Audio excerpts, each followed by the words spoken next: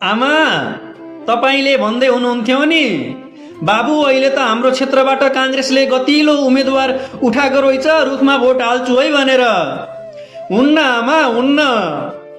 यदि तपाईले रुखमा भोट हाल्नुभयो भने त्यो भोट गगन थापाले पाउँछ, शेरबहादुर देउवाले पाउँछ, अर्जुन राणाले पाउँछन्।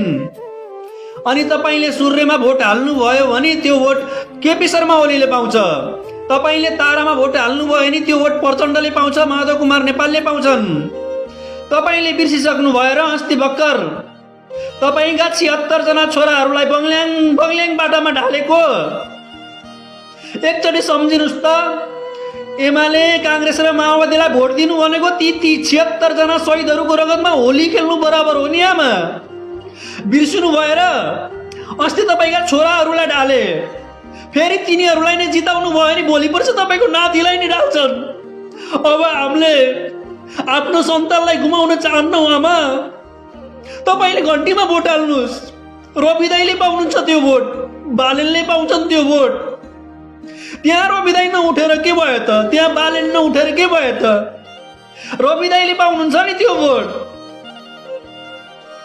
हुन्न, अन्त हात नजाओस् नि तपाईको। तपाईले तपाईको नाति पनि ती 76 जना छोराहरू जस्तै ढलेको हेर्न चाहनुहुन्छ र? हुन्न है आमा, हुन्न, घन्टीमै हाल्नु पर्छ नि।